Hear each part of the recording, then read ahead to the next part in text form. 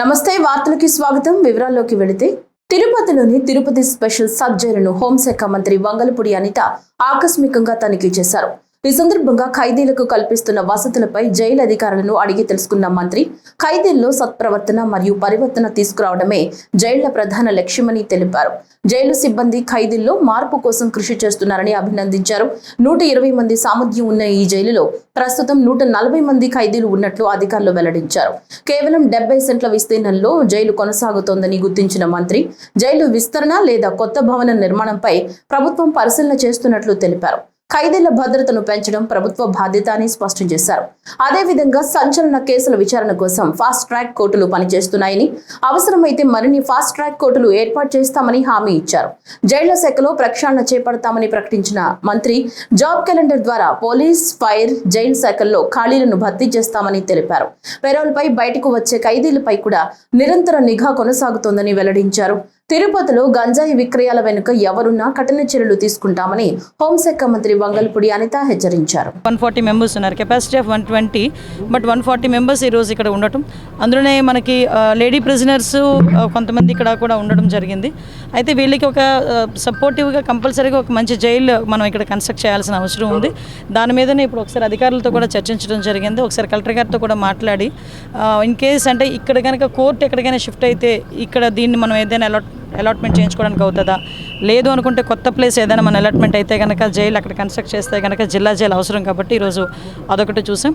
ఈరోజు ఖైదీల భద్రత ఒకటి మా బాధ్యత కింద తీసుకుంటున్నాం. దానిలో భాగంగానే సుమారుగా ఈ చిన్న 70 సెంట్స్ అన్నారు నాతో పాటు, ఈ విస్తీర్ణం అంతా కూడా 70 సెంట్స్, అందులోనే దగ్గర 26 నుంచి 30 సీసీటీవీ కెమెరాస్ పెట్టుకొని కంటిన్యూ మానిటర్ చేసుకొని ఎక్కడా కూడా వాళ్ళకి ఎటువంటి ఇబ్బంది కలగకుండా చూసుకోవాలి. అట్ ద సేమ్ టైం వాళ్ళు కూడా ఒక పరివర్తన రావాలి.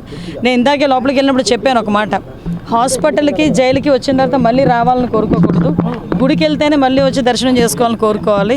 అంతే తప్పించి హాస్పిటల్కి వెళ్ళినా అదేవిధంగా జైలుకి వచ్చినా కూడా ఎట్టి పరిస్థితులు మళ్ళీ రావాలని కోరుకోకూడదు. ఆ పరివర్తన అన్నది ఇక్కడ నుంచే స్టార్ట్ అవ్వాలి. దానికి మీరందరూ కూడా దోహదపడాలని చెప్పడం జరిగింది. ఈరోజు దాని మీదనే దానిలో భాగంగానే మేము అందరం కూడా పనిచేస్తాం.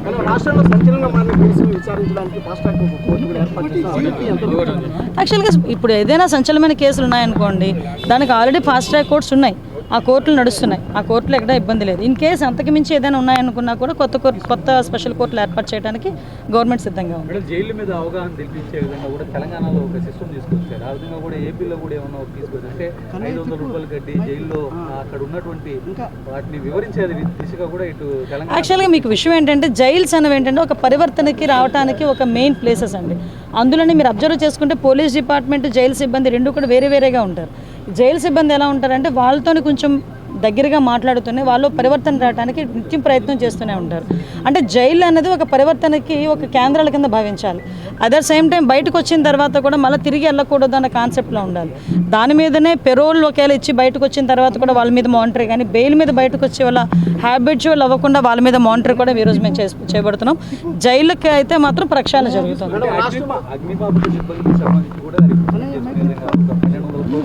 అన్నిటికీ ఇప్పుడు జాబ్ క్యాలెండర్ పెట్టాం కదండి, ఇప్పటి వరకు అవన్నీ రిక్రూట్మెంట్ అంతా కూడా ఇప్పుడు జరుగుతుంది. గౌరవ నారా లోకేష్ గారు ఆ రోజు ఆదేశాలు ఇచ్చారు, మనం అందరికీ కూడా ఇన్ఫర్మేషన్ ఇచ్చారు.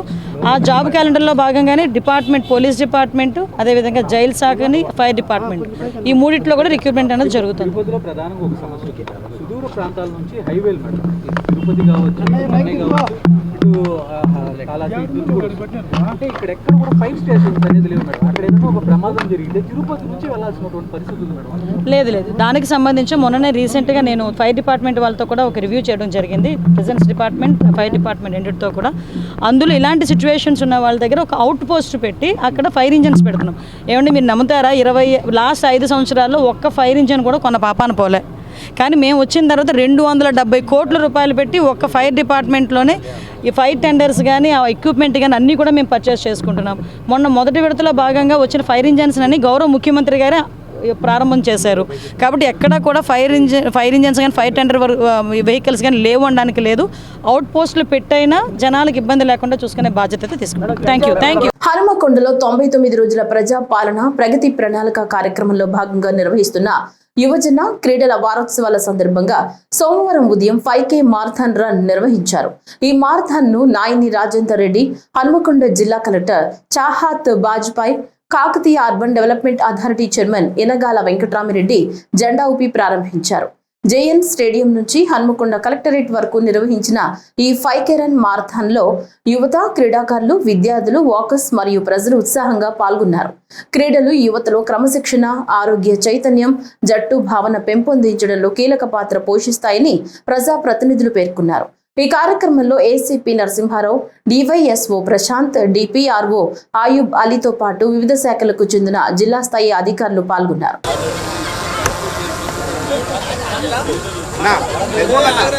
भैया भाई भाई कौन बैठ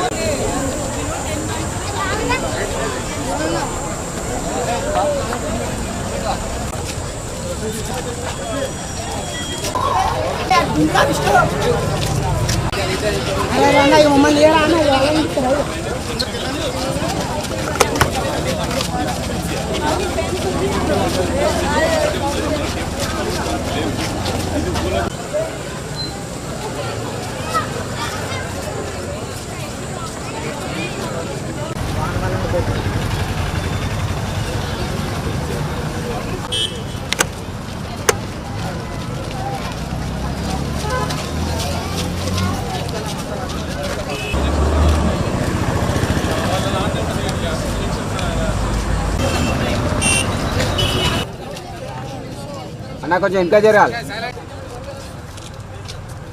మాక్ డ్రిల్ సందర్భంగా సమయ నగర్, వివేక్ నగర్, ప్రగతి నగర్, టిఎన్జిఓఎస్ కాలనీ తదితర ముంపు ప్రాంతాలకు చేరుకున్న హన్మకొండ జిల్లా కలెక్టర్ శ్రీమతి చాహత్ బాజ్పై పరిస్థితిని ప్రత్యక్షంగా పరిశీలించి సహాయక చర్యలను పర్యవేక్షించారు. భారీ వర్షాలు, వరదల కారణంగా ప్రభావితమైన ప్రాంతాల్లో బాధితులను పరామర్శించి వారి సమస్యలను తెలుసుకున్నారు.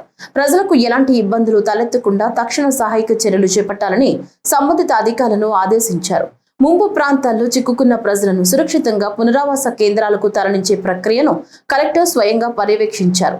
పునరావాస కేంద్రాల్లో త్రాగునీరు, ఆహారం, వైద్య సదుపాయాలు, పారిశుద్ధ్యం ఏర్పాట్లు సమృద్ధిగా ఉండేలా చూడాలని సూచించారు. చిన్నపిల్లలు, వృద్ధులు, గర్భిణీలకు ప్రత్యేక శ్రద్ధ తీసుకోవాలని అధికారులకు ఆదేశాలు జారీ చేశారు. చూపిస్తున్నారు, దయచేసి గమనించవలసింది.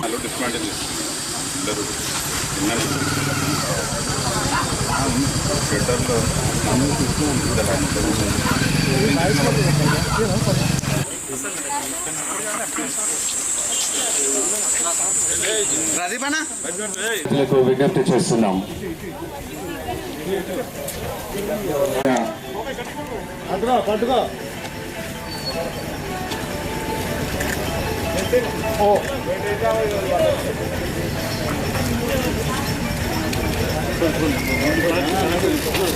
హనుమకొండలో జనగణన హౌస్ లిస్టింగ్ ప్రక్రియను వేగవంతం చేయాలని జిల్లా కలెక్టర్ మరియు GWMC in charge commissioner Chahat Bajpai అధికారులను ఆదేశించారు. ఆమె కాజీపేట పరిధిలోని నక్కలగుట్ట సర్కిల్ కార్యాలయం, అలాగే వరంగల్లోని కాశీబుగ్గ జీడబ్ల్యూఎంసీ సర్కిల్ కార్యాలయాలను ఆకస్మికంగా సందర్శించారు. అక్కడ జనగణన వివరాల సేకరణ పురోగతిని ప్రత్యక్షంగా పరిశీలించారు. ఈ సందర్భంగా హౌస్ లిస్టింగ్ ప్రక్రియలో నమోదవుతున్న వివరాలు, డేటా ఎంట్రీ పురోగతి, సిబ్బంది పనితీరుపై అధికారులతో సమీక్ష నిర్వహించారు. ప్రతి ఇంటి వివరాలను ఖచ్చితత్వంతో నమోదు చేయాలని, ఎలాంటి లోపాలు లేకుండా ప్రక్రియను పూర్తి చేయాలని కలెక్టర్ సూచించారు. నిర్దేశిత గడువులోపు సమన్వయంతో పనిచేసి జనగణన ప్రక్రియను సమర్థవంతంగా పూర్తి చేయాలని ఆమె అధికారులకు ఆదేశించారు. ఈ తనిఖీల్లో ఉప కమిషనర్లు డీసీ బిర్రు శ్రీనివాస్, ప్రసన్నరాణి, ఆర్ఐలు, టెక్నికల్ అసిస్టెంట్లు తదితరులు పాల్గొన్నారు. సో ఇది 109 అవుతుంది. ఇది మనం యాడ్ చేయాల్సినటువంటి హెచ్ఎల్బి అవుతుంది. ఎగ్జిస్టింగ్ దాంట్లో దిస్ ఇస్ ఇట్లా షేప్ 109 హియర్ నాట్ ఇట్లా ఉంది. So this one is 109 yeah. కానీ మీరు ఇక్కడ నుంచి ఇలా ఈ రోడ్ మీద అంటే ఏదైతే పార్ట్ మనకి మోస్ట్లీ వస్తుందో సో ఆ దానికి అటాచ్ అవుతుంది. మీరు ఇది రోడ్ చేసినట్టు అయితే కూడా నాకు దాంట్లో ఇది ఈ road This road is like this.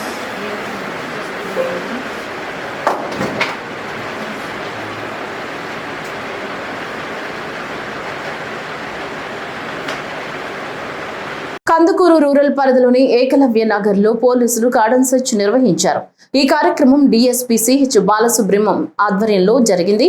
జిల్లా ఎస్పీ హర్షవర్ధన్ రాజు ఆదేశాల మేరకు సిఐ ఎస్కే అన్వర్ బాషతో పాటు 6 మంది ఎస్ఐలు 50 మంది పోలీస్ సిబ్బంది ఈ తనిఖీలో పాల్గొన్నారు. ఈ సందర్భంగా గంజాయి ఇతర అక్రమ కార్యకలాపాలపై ప్రత్యేక దృష్టి సారించి వాహనాల తనిఖీలు చేపట్టారు. సరైన పత్రాలు లేని 41 బైకులు, 1 కారు, 1 ఆటోను పోలీసులు స్వాధీనం చేసుకున్నారు. అలాగే మాదక ద్రవ్యాల దుష్పరిణామాలపై ప్రజలకు అవగాహన కల్పిస్తూ ప్రతిజ్ఞ చేయించారు. అనంతరం అవగాహన ర్యాలీ నిర్వహించారు. సమాజ వ్యతిరేక కార్యకలాపాలకు పాల్పడితే కఠిన చర్యలు తప్పవని, అనుమానాస్పదంగా చట్ట వ్యతిరేక కార్యకలాపాల్లో పాల్గొనే వారి గురించి వెంటనే పోలీసులకు సమాచారం అందించాలని డీఎస్పీ బాలసుబ్రహ్మణ్యం హెచ్చరించారు. 3 నెలల దాకా బెయిల్ కూడా రాదు. అలాంటి పరిస్థితుల్లో ఎక్కడైనా సరే దాన్ని తాగిన తర్వాత ఏదైనా కానీ కార్యక్రమాలు, అసాంఘిక కార్యక్రమాలు చేయడానికి అవకాశం ఉంటుంది. అంటే మీరు అన్నట్టు ఆ ఏరియాలో గొడవ చేయొచ్చు, లేకపోతే వాడికి ఆ చుట్టుపక్కల గొడవ చేయొచ్చు, లేదా వెళ్ళేటప్పుడు ఆ ఫ్యామిలీస్ని గొడవ చేయొచ్చు. వాడికి ఎక్కువైన కొలది అనేక రకమైనటువంటి కార్యక్రమాలు చేస్తాడు. అంటే ఎక్కడి నుంచో వచ్చి రావచ్చు, లేకపోతే ఇక్కడ ఉన్నవాళ్ళు కానీ ఆ గంజాయి తాగటం వల్ల అనేకమైనటువంటి అనర్థాలు జరుగుతూ ఉంటాయి. వాళ్ళ హెల్త్ పోగొట్టుకోవడమే కాకుండా ఉన్నటువంటి కాలనీలో ఉన్నటువంటి అట్మాస్ఫియర్ ఇది పోగొట్టేసి మిగతా వాళ్ళతో కూడా తగాదాలు పడేటువంటి పరిస్థితి ఉంటుంది. కాబట్టి ఇలాంటి ఉంటే ఇమీడియట్గా మీరు ఈ మనకి ఉన్నది 112 అన్నట్టు కానీ, లేకపోతే 112 ఈ నంబర్కి మీరు టోల్ ఫ్రీ మన దగ్గర ఉన్నటువంటి సెల్ ఫోన్తో వెంటనే ఫోన్ చేస్తే మనకి రూరల్ పోలీస్ స్టేషన్ నుంచి కానిస్టేబుల్స్ వచ్చి ఇమీడియట్గా వెహికల్లో వచ్చేసి వాళ్ళని తీసుకుని వెళ్ళి కౌన్సిలింగ్ ఇస్తే మళ్ళీ అక్కడ రాకుండా ఉంటారు. అలాగే మీకు కూడా మీ కాలనీకి సంబంధించి కూడా ఏమీ ఇబ్బంది లేకుండా ఉంటుంది. అది మీరు చేయాల్సినటువంటి బాధ్యత. అలాగే మందు తాగటం, అలాగే కొంతమంది గ్యామ్లింగ్ ఆడటం, ఇలాంటివన్నీ కూడా అసాంఘిక కార్యకలాపాలు. ఇవి ఈ కాలనీలో చేసినట్లయితే ఎట్టి పరిస్థితుల్లో ఊరుకునేది లేదు. దాని మీద కఠినమైనటువంటి యాక్షన్ అనేది తీసుకోవడం జరిగింది. కాబట్టి మీరు కూడా మీ బాధ్యత ఏంటంటే ఇక్కడ అలాంటి ఇల్లీగల్ యాక్టివిటీస్ ఏదైనా ఉంటే ఇమీడియట్గా మీరు పోలీసుకి నోటీసులో పెట్టండి, రూరల్ ఎస్ఐ గారికి చెప్పండి. అలాగే మీరు 112కి కాల్ చేసినట్లయితే ఇమీడియట్గా వచ్చి వాళ్ళని పికప్ చేయడం జరిగింది. బైరెడ్డి సిద్ధార్థరెడ్డి కూటమి ప్రభుత్వంపై తీవ్ర విమర్శలు చేశారు. మొక్కజొన్న రైతుల సమస్యలపై స్పందిస్తూ క్వింటా మొక్కజొన్నను 1650 రూపాయలకు కొనుగోలు చేసి తెలంగాణలో అధిక ధరలకు అమ్ముతున్నారని అంబటి మురళీకృష్ణ ఆరోపించారని పేర్కొన్నారు. గోడౌన్ పై దాడులు కూడా టీడీపీ నేతలే చేసి తర్వాత రైతులపైనే కేసులు పెడుతున్నారని విమర్శించారు. కూటమి ప్రభుత్వం ఎన్నికల హామీలను అమలు చేయడంలోనూ పరిపాలనలోనూ విఫలమైందన్నారు. నరేంద్ర మోదీ తమ మాట వినరని, వైఎస్ జగన్మోహన్ రెడ్డి చెప్పినప్పుడే వింటారని టీడీపీ నేతలే చెప్తారని వ్యాఖ్యానించారు. రైతుల కోసం జగన్ లేఖ కూడా రాయలేదని దుళ్లిపాళ్ల నరేంద్ర మాట్లాడాలని ఆయన తప్పుబట్టారు. రాష్ట్రంలో రైతులు ఎవరూ సంతోషంగా లేరని, ప్రస్తుతం సంతోషంగా ఉన్నవారు ముగ్గురు నారా చంద్రబాబు నాయుడు, నారా లోకేష్, పవన్ కళ్యాణ్ అని విమర్శించారు.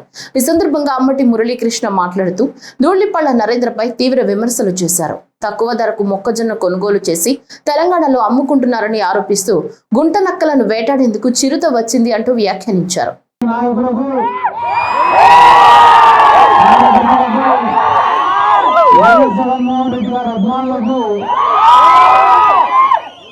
అందరికీ ముందుగా నా హృదయపూర్వక నమస్కారాలు తెలియజేసుకుంటున్నాను. మొక్కజొన్నని క్వింటాల్ 1650 రూపాయలు కొనుక్కొని సంగం డైరీలో 2100 రూపాయలు రాసుకొని ఆ మార్జిన్ తింటున్నారు. అంతేకాకుండా 1650 రూపాయలకు మొక్కజొన్న రైతుల దగ్గర నుంచి తీసుకొని తెలంగాణ రాష్ట్రానికి 2400 రూపాయలకు తెలుగుదేశం పార్టీ వాళ్ళు అమ్ముకుంటున్నారు అని చెప్పి అంబటి మురళీకృష్ణ గారు ఆరోపిస్తే వాళ్ళు దాన్ని కాదని చెప్పి నిరూపించుకోవాల్సింది పోయి ఇక్కడ ఉన్న గోడౌన్ పైన దాడి చేసి రైతులు పెట్టుకున్న మొక్కజొన్నలను అవి రైతులనే అని తెలిసినప్పటికీ కూడా అవి అంబటి మురళీకృష్ణ గారి అని చెప్పి ఒక తప్పుడు ప్రచారం చేయాలని చెప్పి ఇక్కడ ఉన్న వాళ్ళ పైన దాడి చేసి దాదాపుగా 15 మంది పైన SC ST అట్రాసిటీ కేసులు పెట్టడం జరిగింది. సరే ఎస్సీ ఎస్టీ అట్రాసిటీకి వాళ్ళే దాడి చేసి మళ్ళీ మన వాళ్ళ పైన పెట్టారు. నేను అసలు మామిళ్ళపల్లిలో ఏం జరిగింది అని చెప్పి వచ్చేటప్పుడు దారిలో ఇక్కడ స్థానిక శాసనసభ్యులైన ధూళిపాల నరేంద్ర గారు కూడా ఏం మాట్లాడారని చెప్పి విన్నాను. నేను ఈ తెలుగుదేశం వాళ్లకు కూటమి వాళ్లకు పని చేసేది చేత కాదు, పరిపాలన చేసేది అంతకన్నా చేత కాదు, ఇచ్చిన హామీలను నిలబెట్టుకోవడం చేత కాదు. వాళ్ళకు చేతనైనంత తప్పుడు ప్రచారం చేయడము, దాడులు చేయడము, అమాయకులపైన కేసులు పెట్టడము. ఎందుకంటే ఆయన ఏం మాట్లాడినారు అంటే జగన్మోహన్ రెడ్డి గారు కేంద్రానికి లేఖ రాయలేట. కేంద్రంలో భాగస్వాములైన తెలుగుదేశం వాళ్ళు టీడీపీ చెప్తే విన్నారట, మా జగన్ సార్ చెప్తేనే మోడీ కూడా మాట విన్నారట.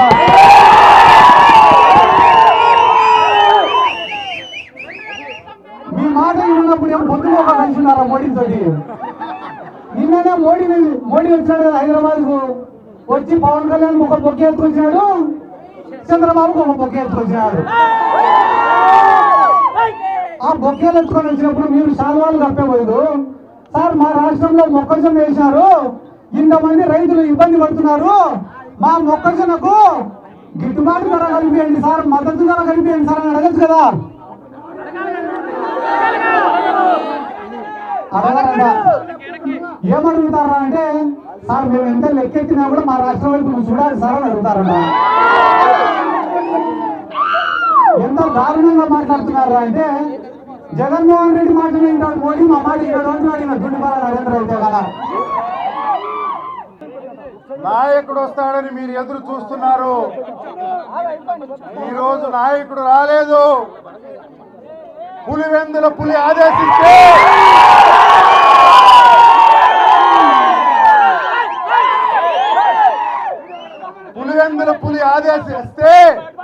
నంద్యాల చిరుత పంజాబీకి వచ్చింది.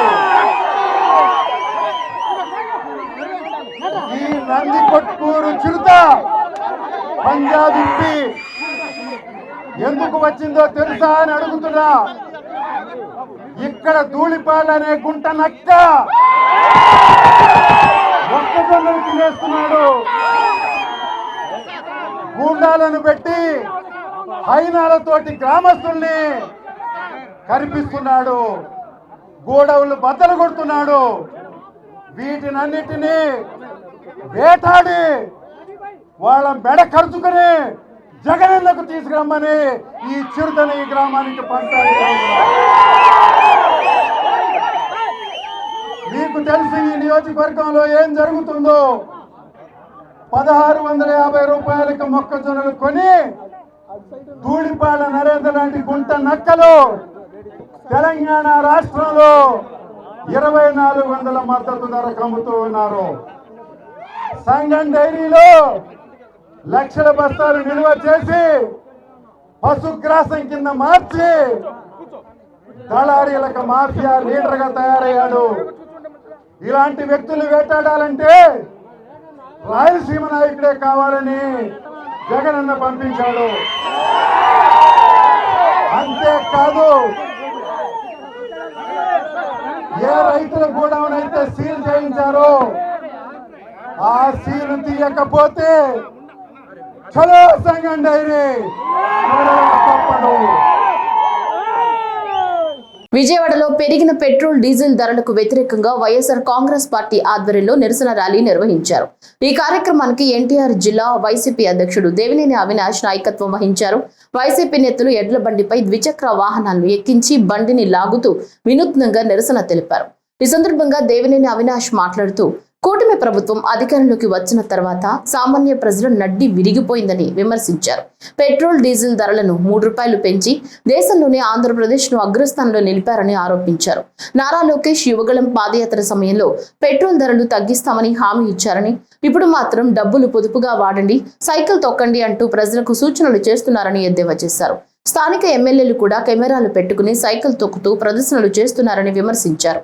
2 సంవత్సరాలుగా ప్రభుత్వం ప్రజలకు ఉపయోగపడే పని ఏదీ చేయలేదని ఆరోపించిన ఆయన నిజంగా చిత్తశుద్ధి ఉంటే నరేంద్ర మోదీపై ఒత్తిడి తీసుకొచ్చి పెట్రోల్ డీజిల్ ధరలు తగ్గించాలని డిమాండ్ చేశారు. మరీ ముఖ్యంగా సామాన్య ప్రజానికం నడ్డి విరిచే విధంగా ఈ 2 సంవత్సరాలుగా వాళ్ళ పరిపాలన చేస్తాం జరిగింది. ఈరోజు ఆంధ్రప్రదేశ్ రాష్ట్రంలో పెట్రోల్ మీద అదేవిధంగా డీజిల్ మీద 3 రూపాయలు పెంచి దేశం మొత్తం మీద ఆంధ్రప్రదేశ్ రాష్ట్రమే ఎక్కువగా రేట్లు ఉండే విధమైన పరిపాలన చేసిన ప్రభుత్వం ఈ కూటమి ప్రభుత్వం. ఇదే నారా చంద్రబాబు నాయుడు గారు, ఇదే నారా లోకేష్ గారు ఆ రోజు ఎన్నికలకు ముందు లోకేష్ గారు ఆయన ఒక యువగలం పాదయాత్ర సమయంలో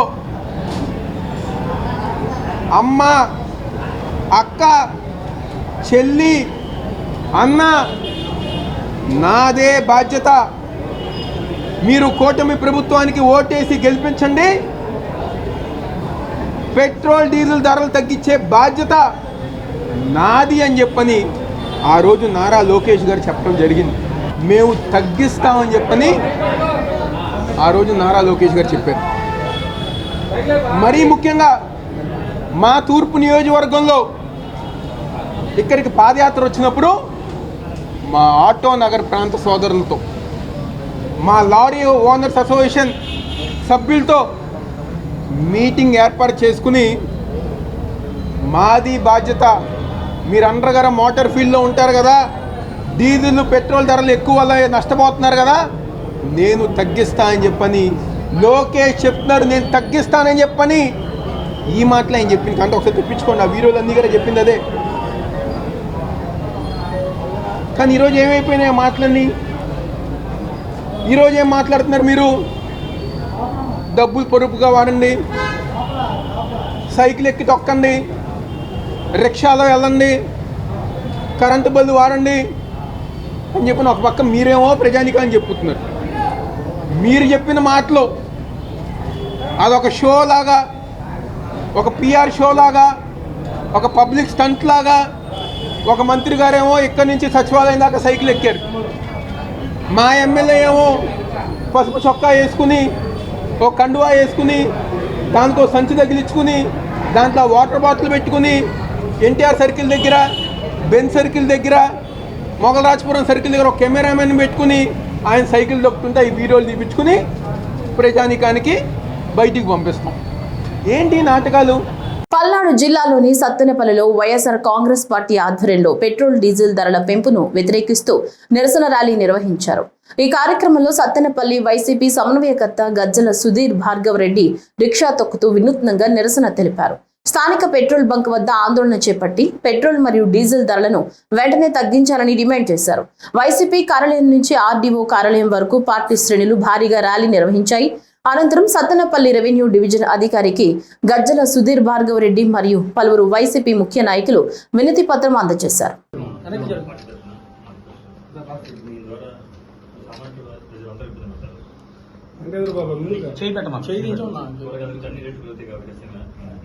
ఇంకా ఇది ముందు ఇంకా పిలుతే అన్నారు, 10 రూపాయలు పోవచ్చు అన్నారు. ఎట్లా తగ్గించాలి చూడండి. ఈ ప్రభుత్వం సెల్ఫీ దిగలా పెట్టారు.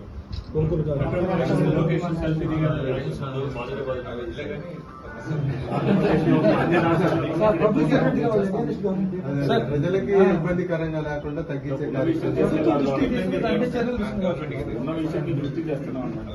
అధికారంలోకి రావడం కోసం నూరి ఫాతిమా కూటమి ప్రభుత్వంపై విమర్శలు చేస్తూ అభివృద్ధి కూటమితోనే సాధ్యమని ప్రచారం చేస్తున్నారని వ్యాఖ్యానించారు. పెట్రోల్ డీజిల్ ధరల పెంపు వల్ల ప్రజలు తీవ్ర ఇబ్బందులు పడుతున్నారన్నారు. కూటమి నేతలకు కావాల్సింది కేవలం అమరావతి అభివృద్ధి మాత్రమేనని, అక్కడ నీళ్లు తోడుకోవడాన్నే అభివృద్ధిగా చూపిస్తున్నారని విమర్శించారు. అలాగే అభివృద్ధిని ఏఐ చిత్రాలతో చూపిస్తున్నారని ఎద్దేవా చేశారు. వైఎస్ జగన్మోహన్ రెడ్డికి నారా లోకేష్ కి చాలా తేడా ఉందని పేర్కొంటూ పెట్రోల్ మరియు డీజిల్ ధరలను తగ్గించి ప్రజలకు అందుబాటులోకి తీసుకురావాలని డిమాండ్ చేశారు. ఈ సందర్భంగా అంబటి రాంబాబు మాట్లాడుతూ దేశంలోని అన్ని రాష్ట్రాల కంటే ఆంధ్రప్రదేశ్లోనే పెట్రోల్ డీజిల్ ధరలు అధికంగా ఉన్నాయని ఆరోపించారు. సంపద సృష్టి, అభివృద్ధి అంటేనే ఇదేనా అంటూ ప్రభుత్వాన్ని ప్రశ్నించారు. ప్రతి ఒక్కళ్ళం కూడా ఇచ్చి ప్రజల వెంట ఉండి ప్రజల కోసం ఉండి ఈరోజు పోరాటం చేస్తున్నాం. ఖచ్చితంగా మీరు ఏ ధర పెట్టారో దానికి సమాంతరంగా సెంట్రల్ గవర్నమెంట్ ఏది నిర్ణయించిందో ఆ ధరకి ఉండి మరి ప్రజలకి అందుబాటులో తెచ్చే విధంగా చూడాలని చెప్పి ఈరోజు కలెక్టర్ గారికి ఒక రిప్రజెంటేషన్ ఇవ్వడం జరిగింది. ఖచ్చితంగా దాని మీద స్పందిస్తారని చెప్పి మేము కోరుకుంటున్నాం. Thank you. గుంటూరు జిల్లాలోని పొన్నూరు మండలం మామిళ్లపల్లి గ్రామంలో మొక్కజొన్న రైతులను పరామర్శించేందుకు వచ్చిన మాజీ మంత్రి జోగి రమేష్ ను పోలీసులు అడ్డుకున్నారు. ఈ సందర్భంగా పోలీసులు మరియు వైఎస్ఆర్ కాంగ్రెస్ పార్టీ శ్రేణుల మధ్య వాగ్వాదం చోటు చేసుకుంది. అనంతరం జోగి రమేష్ ను పోలీసులు అదుపులోకి తీసుకున్నారు. జోగి రమేష్ ను తీసుకువెళుతున్న పోలీసు వాహనానికి అడ్డంగా వైసీపీ కార్యకర్తలు బైఠాయించి నిరసన తెలిపారు. అనంతరం జోగి రమేష్ ను పోలీసులు తెనాలికి తరలించినట్లు సమాచారం. కాళ్ళు పెట్టి ఇదిగో ఏంటిది ఇదేంటిది ఇదేంటిది ఇదేంటిది ఇదేంటిది నువ్వు చేసేదేంటి నువ్వు చేసే దుర్మార్గం ఏంటి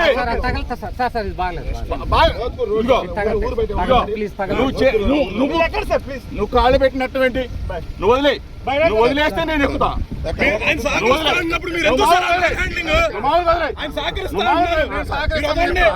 నేను సహకరిస్తాను మర్యాద ఉందా పద్ధతి ఉందా నువ్వు నన్ను తోస్తావా అక్కడి నుంచి నన్ను తోసుకొని వస్తావా మంచి పద్ధతి ఇది ఎక్కండి సార్ ఎక్కండి డీజీపీ గారికి చెప్తా డీజీపీ గారికి చెప్తా మీరు జరగండి చేసే దుర్మార్గం అక్కడి నుంచి నెట్టుకొస్తావు నన్ను నువ్వు ఎక్కండి ఇప్పుడు ఎక్కుతాను నువ్వు చెప్పాలి కదా నువ్వు చెప్పగానే ఎక్కాలా నువ్వు చెప్పగానే ఎక్కాలా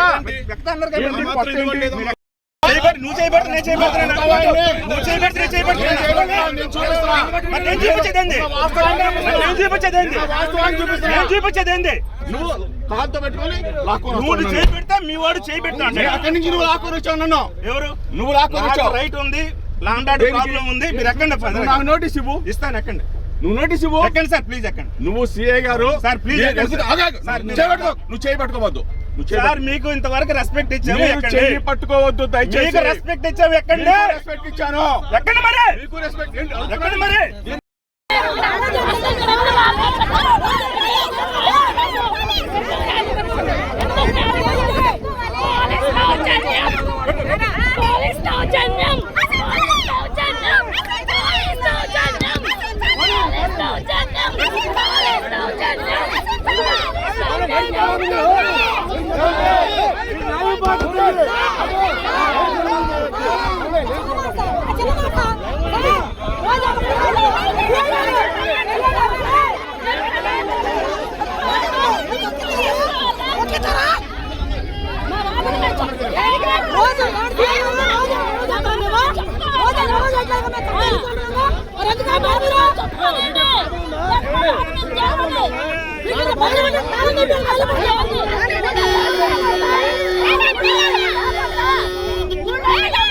నరసరావుపేటలో పెరిగిన పెట్రోల్ డీజిల్ ధరలకు వ్యతిరేకంగా వైఎస్ఆర్ కాంగ్రెస్ పార్టీ ఆధ్వర్యంలో సోమవారం భారీ నిరసన ర్యాలీ నిర్వహించారు.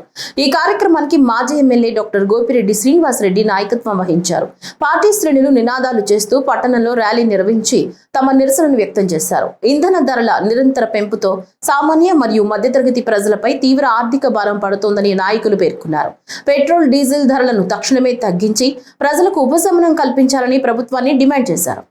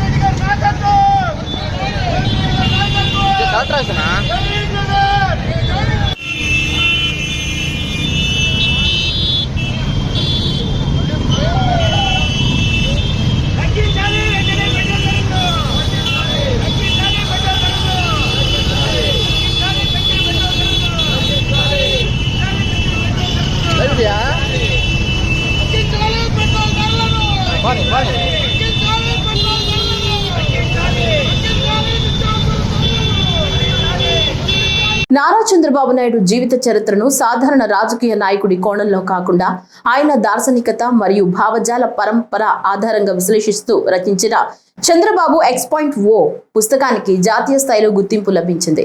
పుస్తక ప్రచురణ రంగంలో పేరొందిన బుక్ ఛానల్ సంస్థ ఈ పుస్తకాన్ని బెస్ట్ పొలిటికల్ బయోగ్రఫీ బుక్ గా ఎంపిక చేసి ఆథర్ ఇంక్ వెల్ అవార్డును ప్రదానం చేసింది. డెహ్రాడూన్ లో జరిగిన కార్యక్రమంలో ఈ అవార్డును పుస్తక రచయిత డాక్టర్ శాఖమూరు శ్రీనివాస్ ప్రసాద్ అందుకున్నారు. ప్రముఖ విద్యావేత్త, నవల రచయిత్రి అలోక్ దాస్ గుప్తా నియోగి చేతుల మీదుగా ఈ పురస్కారం ప్రదానం చేశారు. దేశంలోని వివిధ రాష్ట్రాల నుంచి వచ్చిన రచయితలు చంద్రబాబు X.O పుస్తకంపై ఆసక్తి చూపి వివరాలు అడిగి తెలుసుకోవడం విశేషంగా నిలిచింది. దక్షిణ భారతదేశం నుంచి ఈ అవార్డుకి ఎంపికైన ఏకైక పుస్తకం ఇదేనని నిర్వాహకులు తెలిపారు. అలాగే రాజకీయ రంగానికి సంబంధించిన విభాగంలో ఈ అవార్డు అందుకున్న తొలి పుస్తకం కూడా ఇదేనని వెల్లడించారు. అవార్డు స్వీకరణ అనంతరం డాక్టర్ శాఖమూరు శ్రీనివాస్ ప్రసాద్ మాట్లాడుతూ ఇది కేవలం ఒక పుస్తకానికి వచ్చిన గౌరవం మాత్రమే కాకుండా దార్శనికుడైన చంద్రబాబు నాయుడు భావజాలానికి దక్కిన గుర్తింపుగా భావిస్తున్నట్లు చెప్పారు. ముఖ్య అతిథి అలోక్ దాస్ గుప్తా నియోగి తాను ఈ పుస్తకం చదివానని చెప్పడం తనకు ప్రత్యేక అనుభూతిని కలిగించిందన్నారు.